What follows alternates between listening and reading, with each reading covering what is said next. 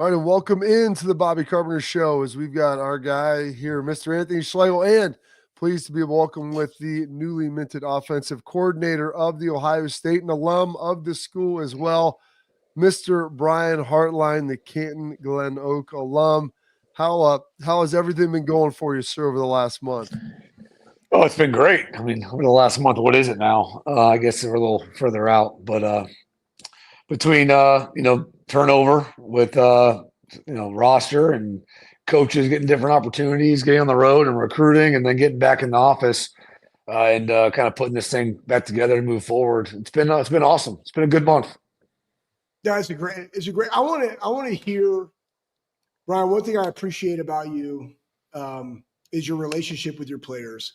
And I want to know, what was that like after winning a national championship in a Mecca and everything that he meant for your unit, for the team, and just like watching that growth and the culmination of that? Like, how was that experience as a coach?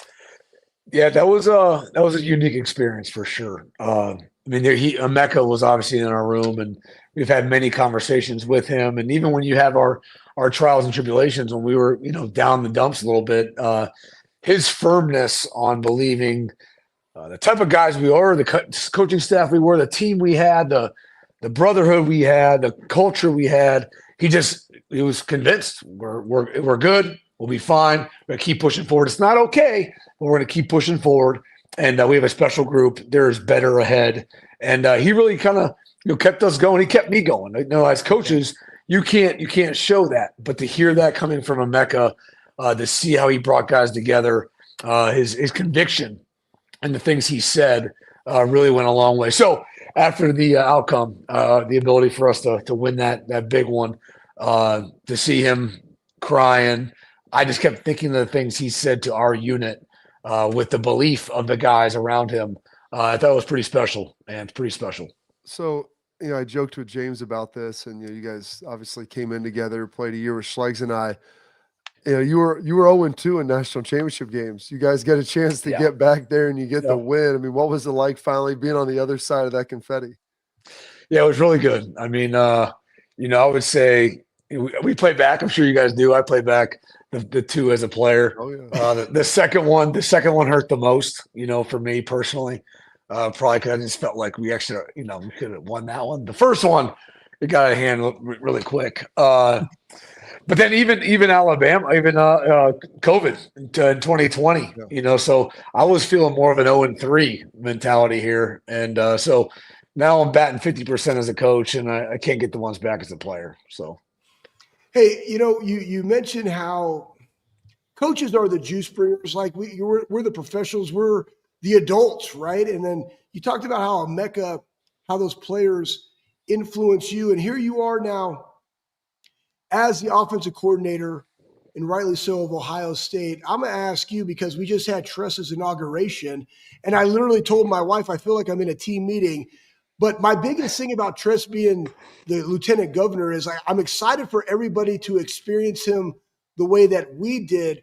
Share a little bit about how those coaches along your journey as a player and in the profession have impacted you to where you are now as the offensive coordinator at Ohio State. Yeah, I think ultimately that's why I found myself back as a coach. It never was the plan, as you guys have known. We've talked about it. And, just I think once you get out of the sport, you're kind of cynical to the sport a little bit. At least I was. And but then I realized, took a step back and realized the impact of those coaches and the impact of the sport and how it shaped my life and how those coaches shaped my life. So, whether I was back in high school, whether it be my head coach then, Jack Rose, or whether it be my track coach, which is a dear friend now to this day. I mean, it made a huge impact for me going through tough times, breaking my leg as a football player and trying to run track before I went to Ohio State. So the impact that had on me, and to get to Ohio State and to have Darrell Hazel in our room all 4 years, the way he went about his business, how calm he was, how well dressed he was at practice. Yeah. For those that know, it's funny. Yeah, exactly right. And I swear he was tatted like neck to toe because I didn't understand it.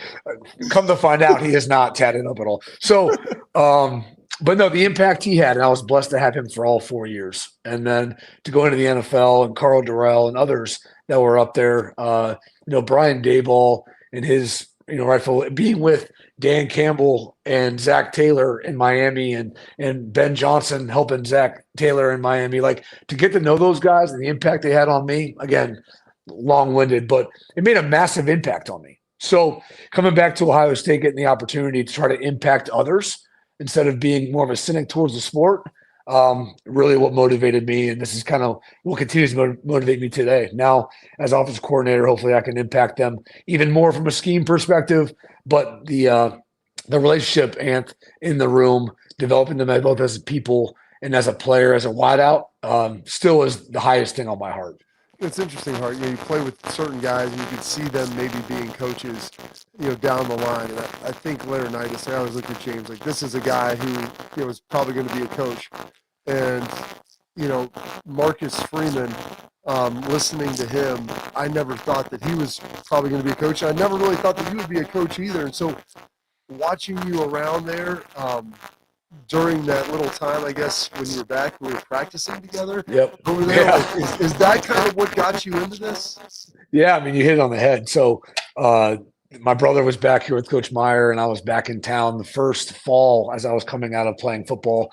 And he's like, there was a fad going on, Bobby, that former players could come back for a hot minute and practice. We were running scout team. Like, what am I doing? I'm over here coaching up Terry McLaurin and like Ben Victor and Austin Mack. I didn't know them really at the time, but like, I was like, let's go, man, let's roll. I got my old pads on, like old Rydell helmet, like rolling from the basement and being around it. That was what it was, getting back in and then just kind of doing what we always have. Bobby's over there running scout team linebacker. I think Zach Boren was running back and I'm over running receiver. And so, yeah, Coach Meyer brought up the idea. And my batteries weren't recharged. Definitely, they thought he was crazy, and which he still kind of is. But I told him I decided not to. Now got through fall. They played their bowl game. It came around to spring ball, probably around February. Coach reached back out about an opportunity if I'd be willing to give it a shot through the spring. And at that time, I had nothing going on. God had bigger plans, and to get back, give me another opportunity. Had no reason to say no. Started that spring, Bobby, and then never looked back. Yeah, God had more work for you, Brian. And, I'm going to ask you this too, because it's something that my eyes were opened up because when I came back and helped a little bit, I wanted to see if how I coach and do those things could correlate to this generation of athlete that's a little bit different than ours, but there's so many similarities. Can you explain to people like the difference of the guys that you coach now versus when we were playing, and how do you coach them different, or you coach them the same, or are you more educational? Like, explain that to people because you're so good at it, man. The development in your room is unheard of. Yeah, I mean, it's kind of like coaching Anthony Schlegel and then coaching Bobby Carpenter. If you were ever at a practice, holy shit! I mean, there's completely different parodies there. Okay, and the reactions from the comments is totally different. Okay, so. No, I mean, so to your point, it's kind of like very similar. I mean, the way Garrett Wilson absorbed information and applied it maybe was different than Chris. And so, at the end of the day, if you're goal oriented as a coach, I want to get this outcome for this player, you have to accommodate. You have to find out ways. Now, at the end of the day, I feel like if you empower these young men with, you tell me how you want to get coached. What are your goals? I'm going to do everything I can to get you to your goals, and I will coach you as hard as you want to be coached. Oh, you want to be coached hard? You do, huh? Okay. I got that in writing. So now I have full liberty to coach them up to maximize their capacity. But that takes relationship, Anth. You know what I mean? Like before, you would say things, you did it because he was the coach.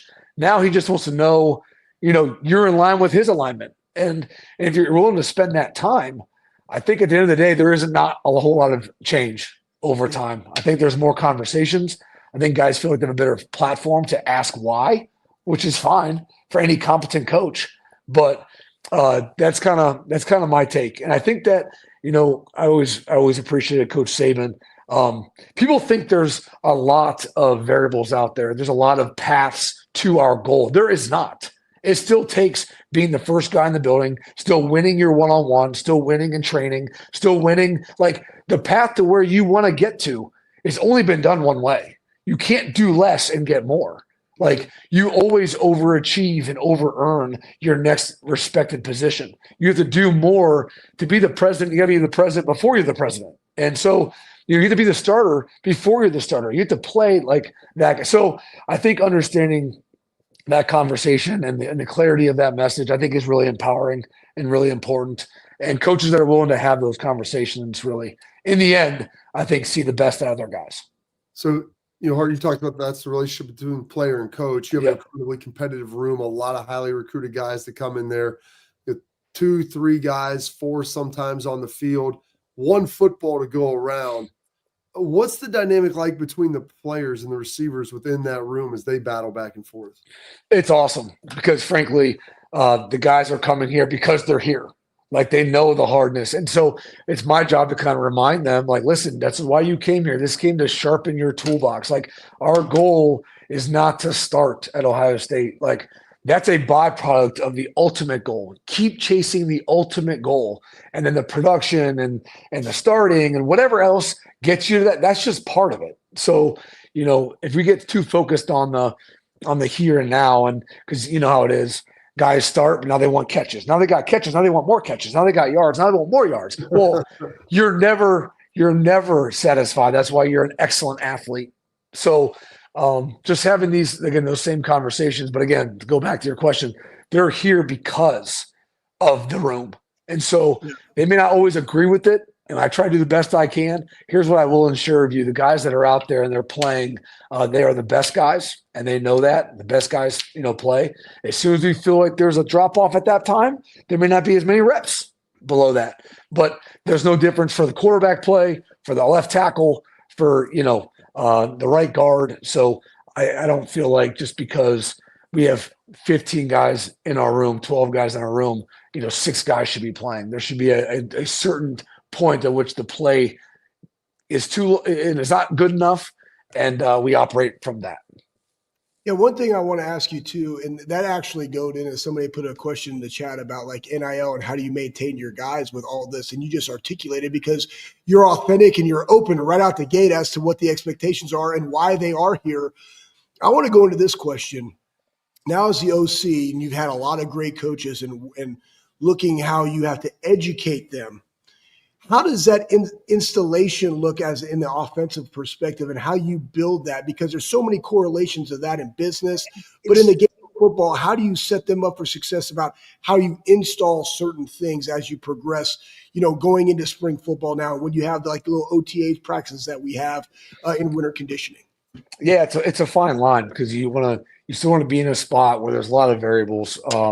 We felt like we did a great job this past fall by building an excellent foundation and an excellent base because of those reps in the spring and the summer.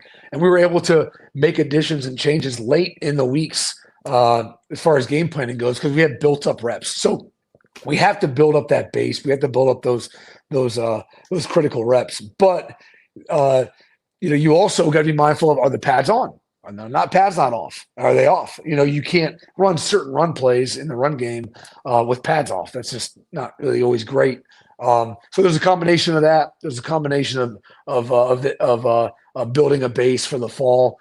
I would say that you're still trying to look for your identity, right? Through winter workouts, what kind of team are we going to be? What things are our players best at? Excuse me.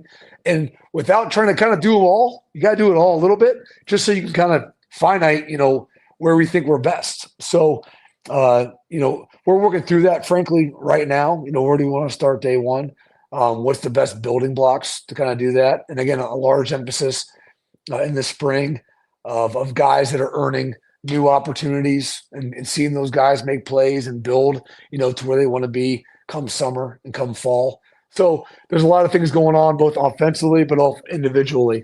And giving guys opportunities to grow individually so they can add to the collective is just as important in the spring, in my mentality, as it is schematic. Schematic, we can get to that point.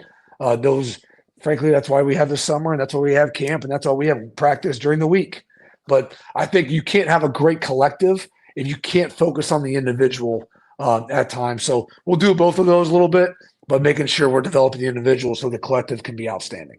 talking about developing the individual heart, you've been here for, gosh, now is this your 8th season? I think so. I stopped counting, but it's like up there. I'm Wow. serious. I'm like, where did that happen? When did this happen? Hey man, you're staring at 40 here soon, dude. It comes at you fast. Yeah, 40 is the new 20, or like Exactly, you know what I mean? exactly. What are we talking about? Oh, I mean, you're just okay. like Schlegs over here. But a couple of years ago, like you get promoted to coordinator, and then you and Ryan, it's a collaborative thing, calling plays. Chip comes in last year and take a step back, and over the last couple of seasons, man, you're a very reflective guy. What do you think that you've learned now, like differently about Brian Hartline today as a coordinator, as a coach, as a play caller, than maybe what you would have been a couple of years ago? Yeah, that's a good question. And I'm always self-assessing all the time. I would say that definitely, again, the growth has been good. The main objective is literally, to learn as much as I can. I want to be, okay, this sounds weird, but I want to be the smartest guy in the room every time I walk in that room. And again, football wise, like I love receiver play. I know receiver play.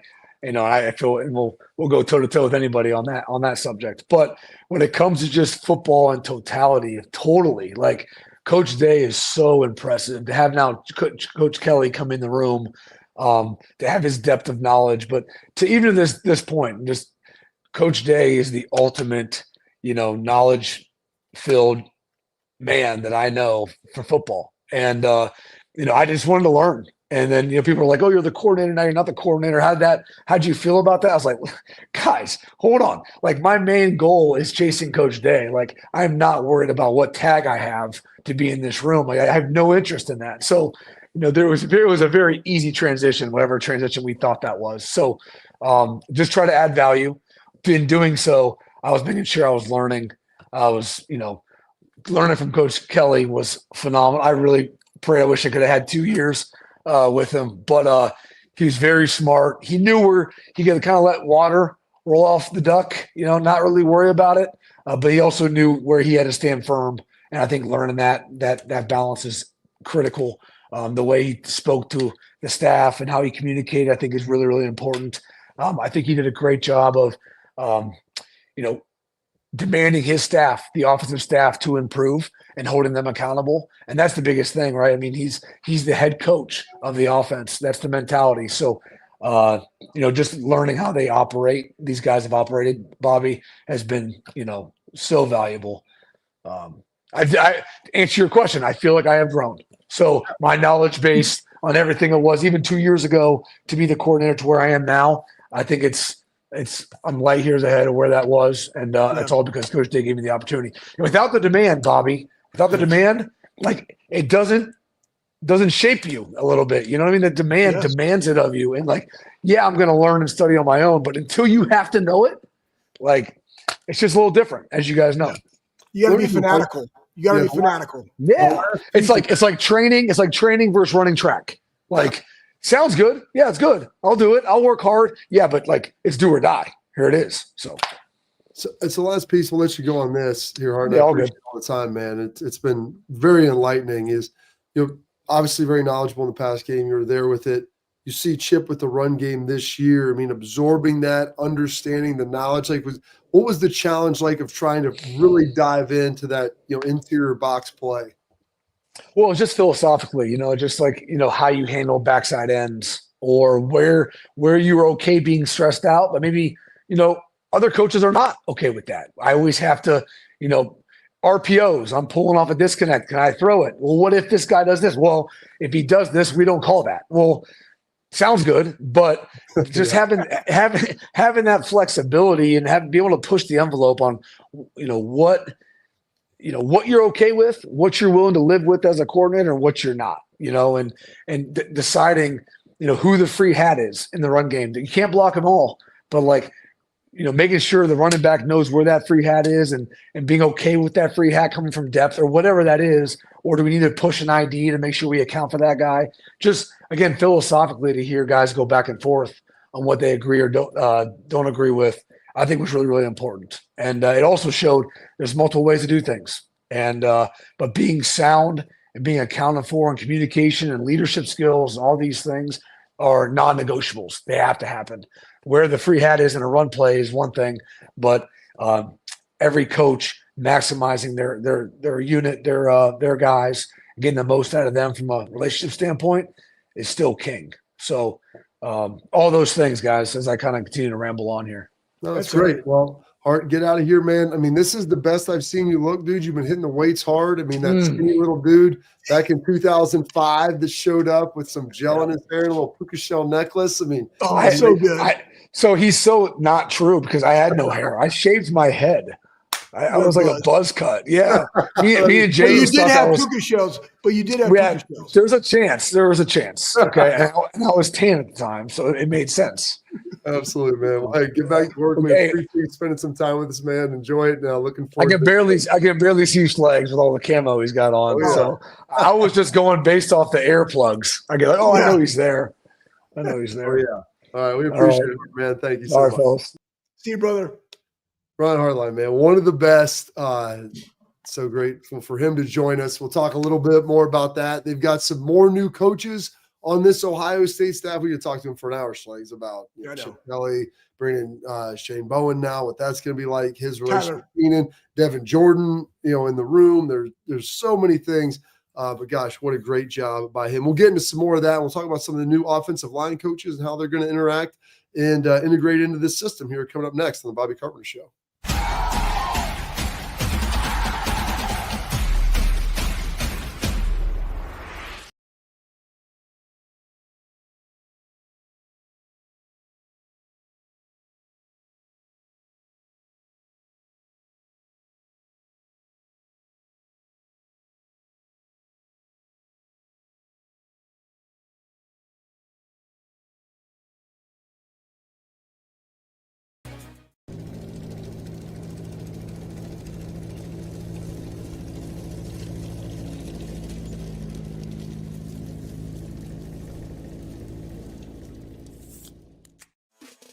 Welcome to Big Play, the fastest growing sports media company in America. I'm gonna keep it straight with you. The reason you should watch our show is because I look good, baby. Come get some! Join our millions of fans for live sports talk shows hosted by the top former athletes and sports personalities in the industry. Ohio, it's my home state. Obviously, I'm a diehard Cleveland sports fan. Watch what you want, where you want, when you want. Welcome to Big Play. Make sure you tune in. I love you, Cleveland.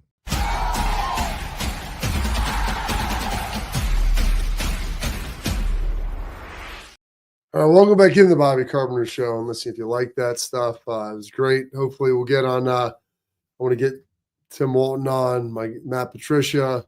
Heck, we get Keenan Bailey on, like all these guys to talk. And they're all so impressive, Schlegs, individually. But Ohio State, before we get to that, I want to let you know about our friends over at Export. Go check them out. Export.com. Parents, athletes, protect what matters most. Trusted by professional athletes. Designed by NHL team Dennis. Export mouthguards are scientifically tested to absorb those high-impact hits, protecting both your teeth and your brain. Export mouthguards feature 3 layers of advanced protection, including a patented use of carbon fiber, custom fit to your 3D, to your own grill with 3D printed technology, which means more protection, better performance, max comfort, clear communication, so you can focus on your game, not on your gear. Don't take chances with your safety. Visit exportguards.com/Bobby. Save 15% or more on your order. Export, protect what matters most. All right, Schlegs. Ohio State added a couple of new coaches here. And we just talked to Brian Hartline. He was promoted. Departure of Justin Fry, departure of Chip Kelly, some moving parts, moving pieces. So they decided to hire Charlie Dickey, Marcus Johnson, and Wendy Laurent to the staff. So we'll talk with Dickey, who's pictured right there. I got a chance to talk with him today. I was over at the facility. Dickey, former Utah, Oklahoma State, and Kansas State offensive line coach. Hired in the senior analyst role to work with Tyler Bowen, offensive line guy. So with Tyler Bowen coming in, really, really talented, recruiter, does a good job calling some plays, knowledgeable run game.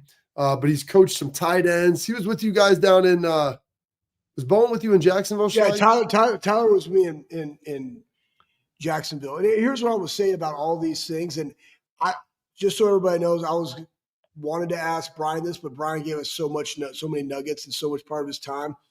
The next question would be having all of these new people in the building, which a lot of them were elevated within it, but now you have other pieces coming in. How, as the offensive coordinator, do you get everybody on the same language? Because again, regardless of industry, language drives change. And there's also egos at play. And being the coordinator, your job is like, this is what we're going to do. This is how we're going to do it. I want collaboration. I want thought. You heard Brian talk about he's a sponge. He's always learning. Just because you're the leader doesn't mean you have to know everything. You always want to grow, and you can take those expertise from all these people. But then it's more importantly, how do you educate and execute with your players?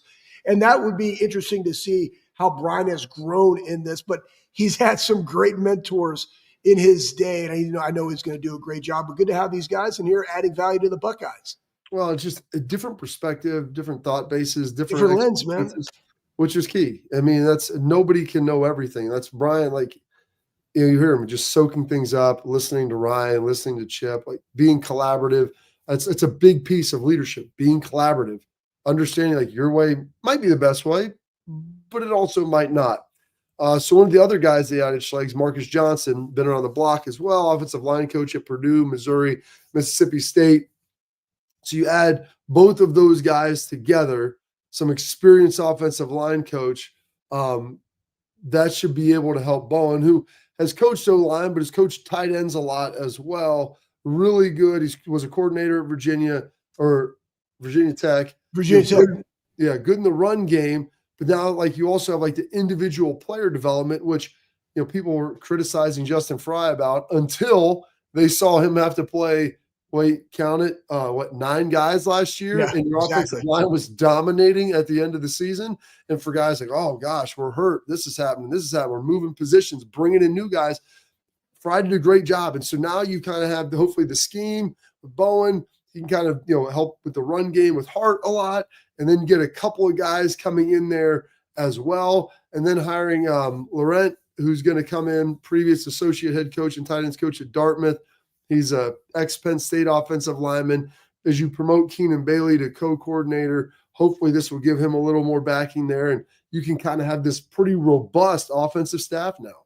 Yeah, I mean, I'm excited for it. When you bring in the caliber of coaches that we are, and again, college football has changed, Bob. Like, you remember back in the day, you had 9 coaches, and then including the head coach. I think you had 10 coaches. Well, you used to only have 8. It was 8 when you're the head coach, and then they added another one maybe 7 or 8 years ago.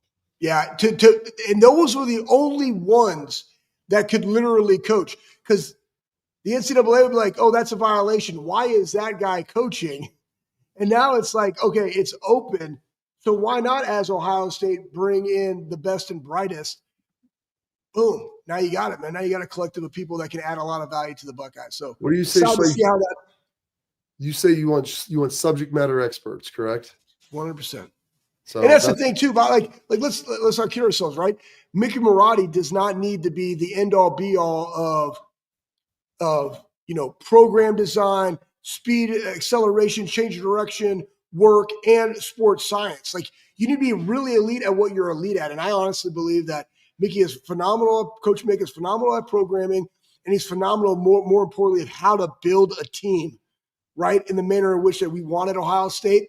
But then you selectively put together guys in your staff that have different types of voices in you, but also different skill sets that cumulatively you have now the best trained staff in the country. That's what it is. So you don't need to have somebody that's the subject matter expert in all things. You can't. We don't have enough bandwidth. But you got to know where you're elite at. You got to know where you're weak at. You got to bring in the right people on the bus to be able to enhance those qualities that you don't possess. Absolutely. Well, hey, Schleggs, there's a coach in the Big Ten that some people maybe thought was on the hot seat, just got a new contract. What? I know who that is, and talk about that next here on the Bobby Carpenter Show.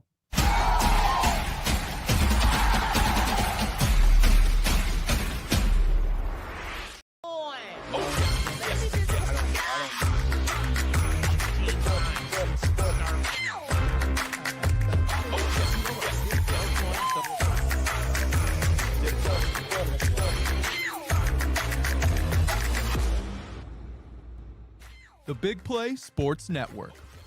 Download the free app today to watch all of your favorite hosts on demand.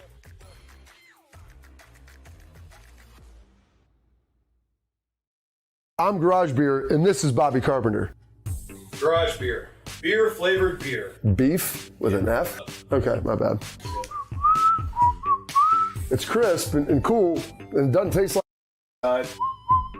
I'm Bobby Carpenter. I drink in garages because my wife says I don't belong inside.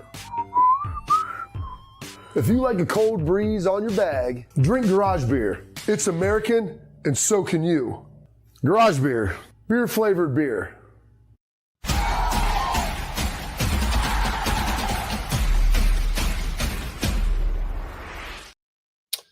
All right, Schlegs, there was a coach that got a new contract in the Big Ten. Oh, and man. Who was that? They struggled a little bit. I was kind of thinking that he might be on the hot seat. Apparently, they think they have their guy there. He has an extension through the 2032 season. Luke Fickell at Wisconsin will be safe there for quite some time. Will be their head coach for the years to come. Yeah. You know, and I would say this too, Bob, like in the world of NIL, in the world of staffs, in the world of money, you know, I think you're going to see more give in productivity or really an athletic director because who's their athletic director? He was there as a coach for a long time. No, it's not Adazio. Barry Alvarez. I think he just retired, but yeah. Okay. But the biggest thing is, and what I'm trying to articulate is this, is where is the program? What is the state of the program? What are we missing in our program to be able to take that step? And do we believe that this guy can do it? Therefore, the roadmap is going to be significantly longer for them as opposed to just like the 2 and out and the 3 and out. It's not the NFL because you have the contract of the head coach, of their coaching staff, of the support staff, all those things. That number is dwindling from all of that because how are you going to allocate money for NIL and the portal to be able to get guys into the building? When you have somebody like Fick who understands the culture that is needed, that's the first thing I'm going to look at when it comes to a program is, do we have the right culture? Yes. Okay. Then what are the areas in which we're lacking? And how can we support that coach? Because we believe in the culture and what they can do. And he's made some changes to his staff. And I think like going through it, understanding where you are as Wisconsin, how can you get to the level that you need to get to? What's missing? I think he's starting to make those changes, and I think they'll be successful here very shortly. Absolutely. Biggest thing for them is you got to get a quarterback. Yeah. Probably you're going to have to get a quarterback through the portal if you're Wisconsin. Yeah, and they've had some injuries, like some unfortunate stuff that's happened. I mean, they've had a really tough schedule too, and I think their schedule this year is not all that easy as well. I mean, he's been dealt a pretty rough hand. But he's a guy I think that fits there, the mentality, the things that you want, the tenets and things you espouse. Like you want a guy like that there. And here's the thing that I always tell people. If you believe you've hired the right guy, understand that you're going to ride through some tough times with him because you don't want to have a reset. Now, if you hired a guy and after you feel like you've got a sample size to say, hey, maybe we made a mistake. Evaluate it, try to realize if you did. But I'm not a big fan of change for change's sake at the coaching level, head coaching level in college football, because if you do, you end up like what happened at some other, like Michigan was spinning coaches, you saw Texas spinning coaches, you saw Florida spinning coaches. And Billy Napier, they were saying fire him. You know what? They fire him during the season, Schlegs. That's what everyone said. They wrote it out. And then all of a sudden they're beating Ole Miss at the end of the year. And like they're the hottest thing cooking. They got a good young quarterback now. A lot of guys are coming back. Then they have momentum because you stayed with your guy and you supported him. You know, like a little bit like there were people, hey, fire Ryan Day before the playoff. Have Larry Johnson be the interim coach. That's not a knock. You know, I'm not knocking Larry on that, but like, let's just let the season play out and see what happens. Let's see what happens by the end. Like, give them some time to work, and you're going to have injuries. Like, you're going to have stuff that happens. You have a tough schedule. And looking at Wisconsin's schedule, they have Bama, Oregon, and Indiana on the road, and then Ohio State at home. Like, dude, they had Bama at home last year, Oregon. Like, it is bumpy, man. You start looking at it, man, if you can go 7 or 5, 8 and 4, Like, schedules matter. Who you're playing matters. You looked at Indiana's schedule this year. Like, if Wisconsin had Indiana's schedule, they probably would have won maybe 2 more games. Instead, they're playing USC and they're playing Alabama and everybody else. It's like, that's real. That's a tough part of it. And so those things ultimately matter as well as you look through this. All right. We'll put a little pin in that. We got some headlines coming up next. And we got some mock draft stuff, news that we always like to get into with some of the Buckeyes. And a big meeting, with conference commissioners and everything else trying to figure this out. Greg Sankey, Tony Petitti, they're the ones really driving the bus. Could there be some changes coming up in the college football playoff? Well, we'll talk about that next here in Headlines.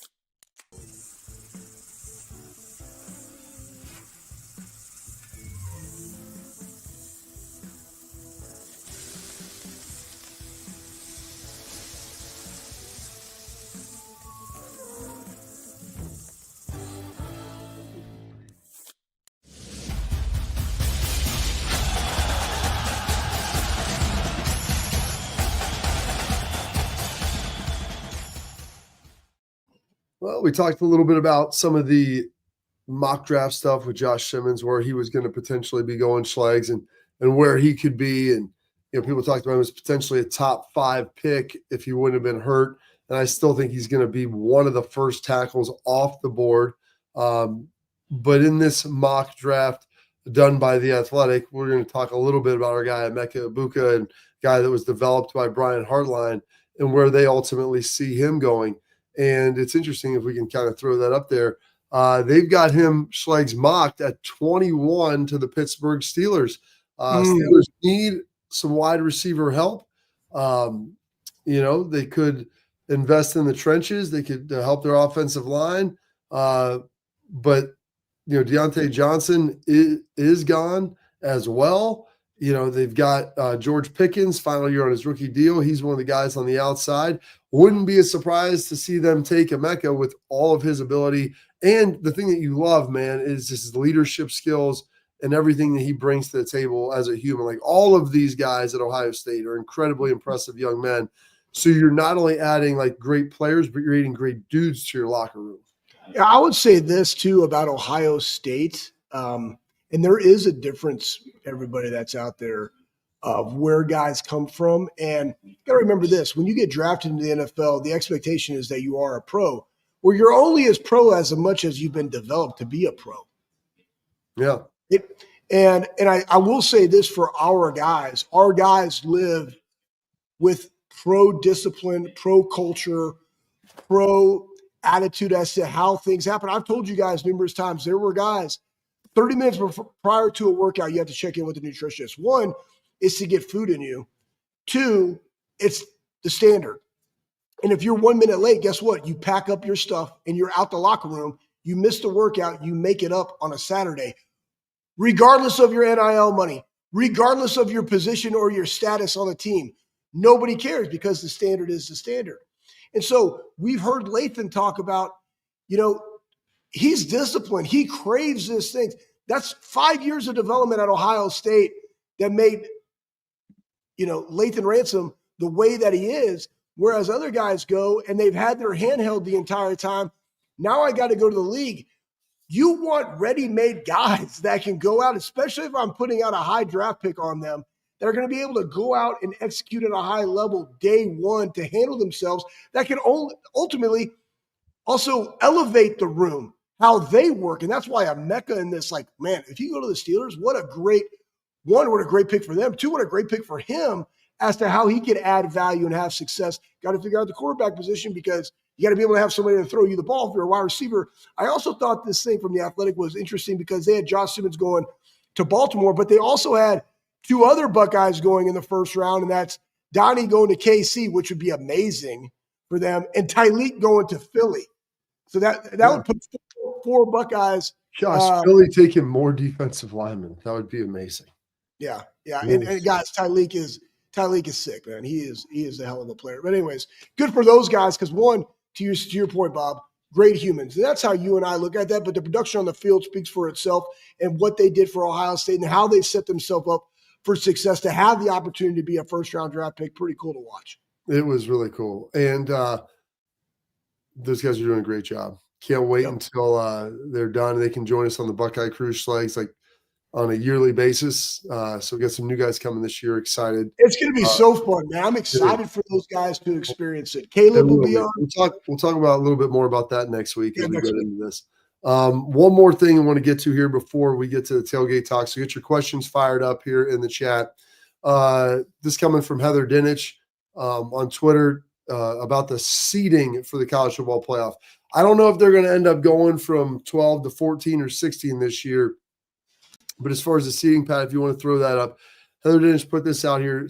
Greg Sankey, Tony Petitti, the commissioners of the SEC and the Big Ten, said they're both in favor of changing the seeding for this season. They would like to see straight seeding that mirrors the committee ranking while still guaranteed spots for the Power Four and the large and the highest ranked Group of 5 champion.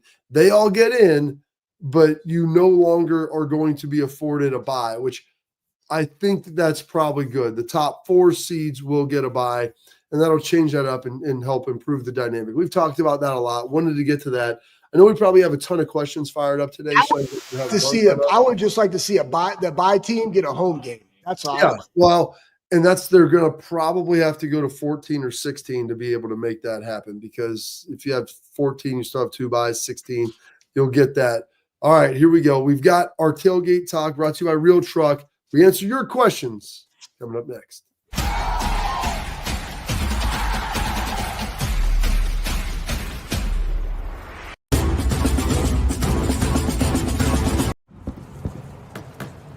Get the most out of work, life, and all your outdoor adventures with top-selling upgrades for your truck.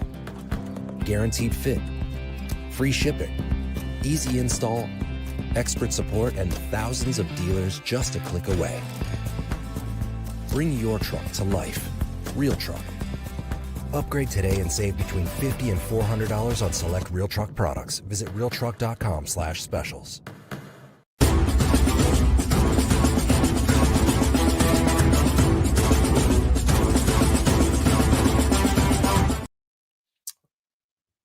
All right, now pleased to hop on our tailgate talk brought to you by our friends at Real Truck, great partners. Go to realtruck.com. Outfit your truck, Jeep, Bronco, whatever it might be, from the interior to the exterior, from seat covers to steering wheel covers to bed covers to Jeep tops to the winches to the bumpers. They've got it all. They got coolers. They've got everything you need to bring your vehicle to life. So go check them out. I know, folks, it's in the middle of February, 1 month from 1 month ago today, Schlegs, Ohio State was winning the national championship. How about that, man? So think about that. It'll go fast.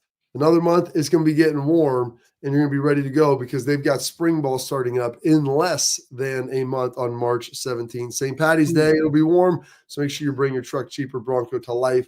Head to realtruck.com like we did. And here's the best part. You spend $100, you get or you spend $100, you get free shipping as well. All right. Got a couple questions. Schlegs, here we go. Coming from Terry. Could IGB, meaning Davidson Igbeneusen, play in the slot or better outside? And so you have Jordan Hancock leaving, Lathan Ransom leaving. 2 of the safeties. Jordan was kind of more the slot corner. IGB was on the outside. Denzel Burke leaving. Probably have Jermaine Matthews. You've got Lorenzo Styles, Sonny's brother, who came in and played some of the nickel stuff with Jordan. He also would kind of go when they go 6 DBs. You got Devin Sanchez coming in. I think Davidson, and you know this, like he's a taller, high hip guy. Yes.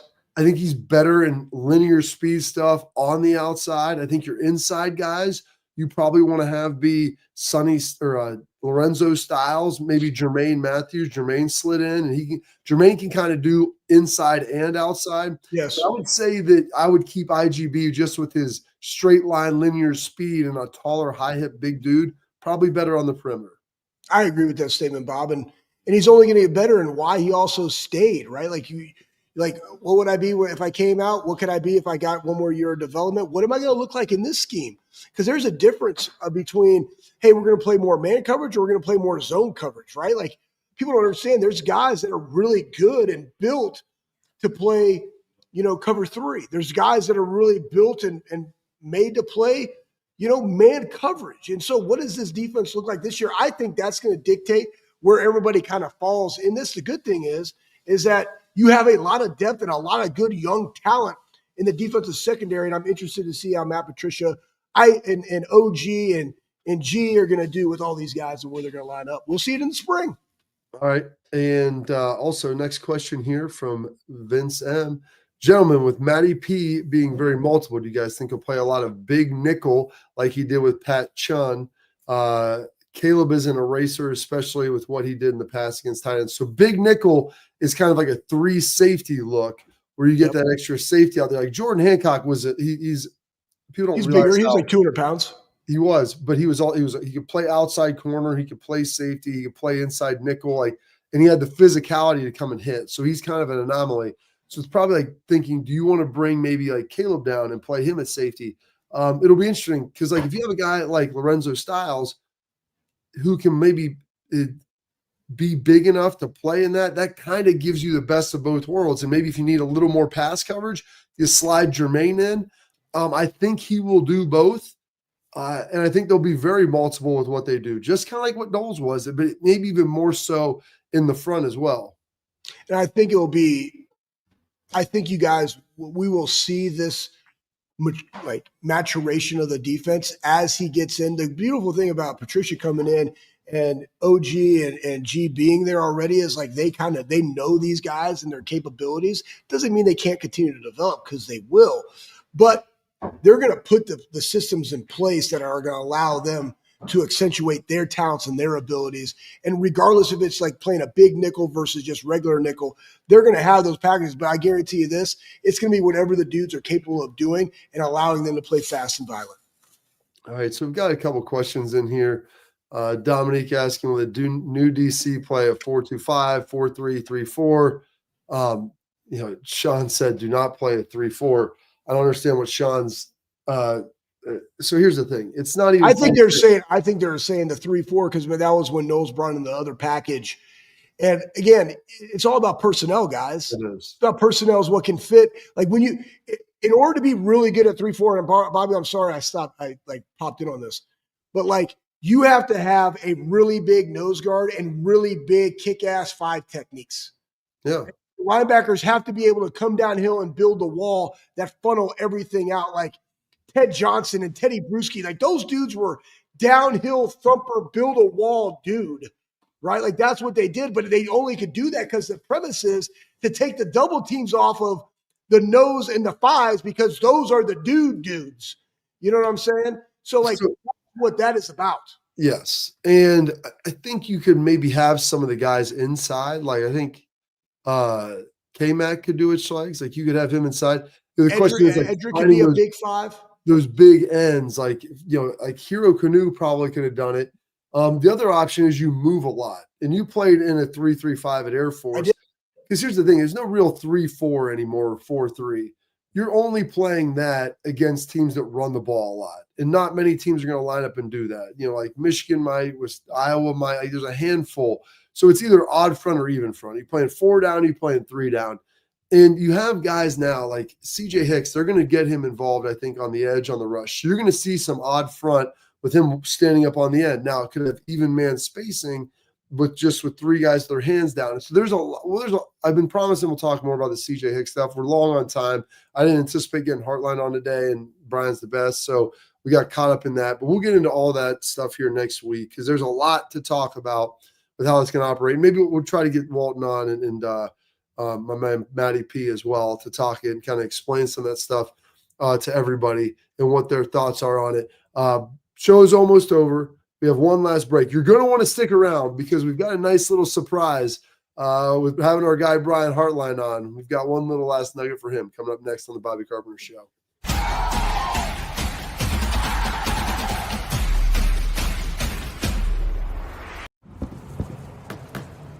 Get the most out of work, life, and all your outdoor adventures with top-selling upgrades for your truck. Guaranteed fit, free shipping, easy install, expert support, and thousands of dealers just a click away. Bring your truck to life. Real Truck. Upgrade today and save between $50 and $400 on select Real Truck products. Visit realtruck.com/specials.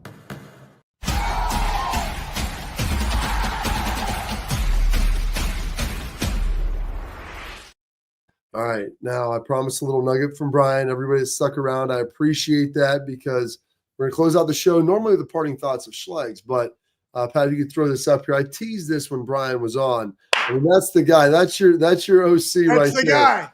Fresh out of Canton Glen Oak, looking good, feeling pretty solid.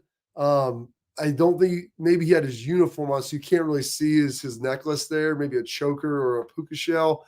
But my guy Hart, dude, he is the man, and I love him because anybody that's like a freshman, you're a senior, Schlegs, you just I always look at Brian Hartline like that. And no matter how smart, and he's got a beard, and Schlegs, he's gained 15 pounds. I mean, he's muscled up now, so he's looking good. Dude, I'm telling you what, right there, I see that picture, I think of LA Cool. Remember that hair gel, right? It was in the sparkling bottle. Yeah. Squeeze bottle, yeah. There was a lot of LA Cool, boom, fastening that mug right there for picture day. And you're absolutely right, Bob. I look at James, and now he has a beard and his head is bald, but I just remember his big ears and his shaved head. And I picture him as an 18-year-old, and I'm 44. Absolutely. That's how it always will be. All right, that's it for this. This is the Bobby Carpenter Show. Big show coming up for you tomorrow on Friday. We'll have some great stuff for you early next week. We got to figure out what we're going to do with the Buckeye Cruise and everything, and maybe try to get a couple shows in the following week. Could be a little tough, but we'll see what we can do to bring you guys some nuggets from the middle of the Gulf of America. Stay locked in. Have a great Thursday. We'll talk to you tomorrow on the Bobby. Hockey.